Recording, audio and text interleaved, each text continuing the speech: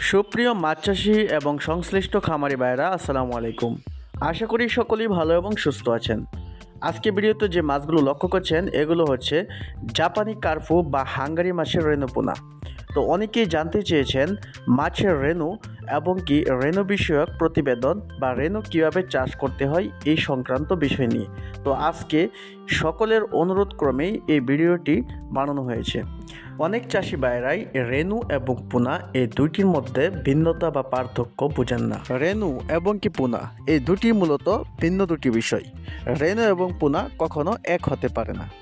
রেনু বলতে আমরা বুঝি মূলত মাছের পেট থেকে ডিম সংগ্রহ করার পর বিশেষভাবে নার্সিং বা হ্যাচিং পদ্ধতিতে 4 থেকে 5 দিন পর ডিম থেকে ফুটে যে লার্ভা বের হয় ওটাকে মূলত আমরা রেনু বলে থাকি বা ওটাই রেনু।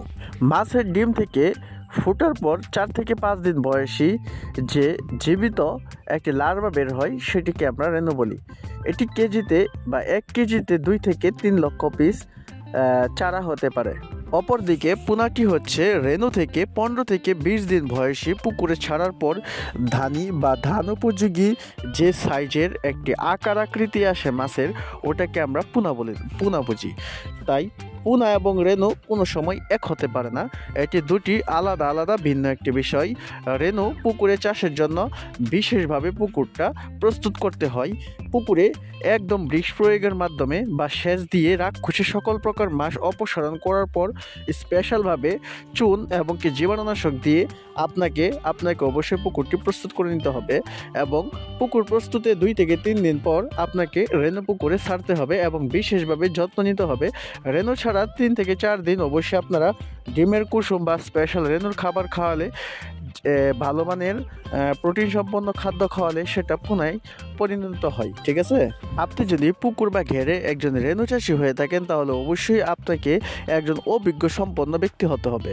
তাছাড়া অবশ্যই আপনাকে একজন ভালো অভিজ্ঞ হ্যাচারি বা চাষির সাথে পরামর্শ করে আপনাকে রেনু চাষের জন্য পুকুর প্রস্তুত করে রেনু সংগ্রহ করতে হবে। রেনু সংগ্রহ করার ক্ষেত্রে অবশ্যই আরও বিশেষ কিছু দিকে অবশ্যই আপনাকে নজর দিতে হবে। সেটি হচ্ছে ভালো পিজি হরমোন ডোজ দ্বারা ইনজেকশন করা যে রেনু বা ডিম সংগ্রহ করা হয় ওই সকল ডিম বা রেনু আপনাকে সংগ্রহ করতে হবে। এতে শতভাগ আপনার পুকুরে এই রেনুগুলো ফোটার সম্ভাবনা রয়েছে। অন্যথায় অন্য কোনো হরমোন দিয়ে বা ওভারটাইট বা ওয়ান টাইম ওষুধের মাধ্যমে যদি আপনার রেনু সংগ্রহ বা ডিম সংগ্রহ করা ওই সকল রেনু আপনাকে দেওয়া হয় তাহলে ওই সকল রেনুর পার্সেন্টেজ পুকুরে ভালো আসবে না।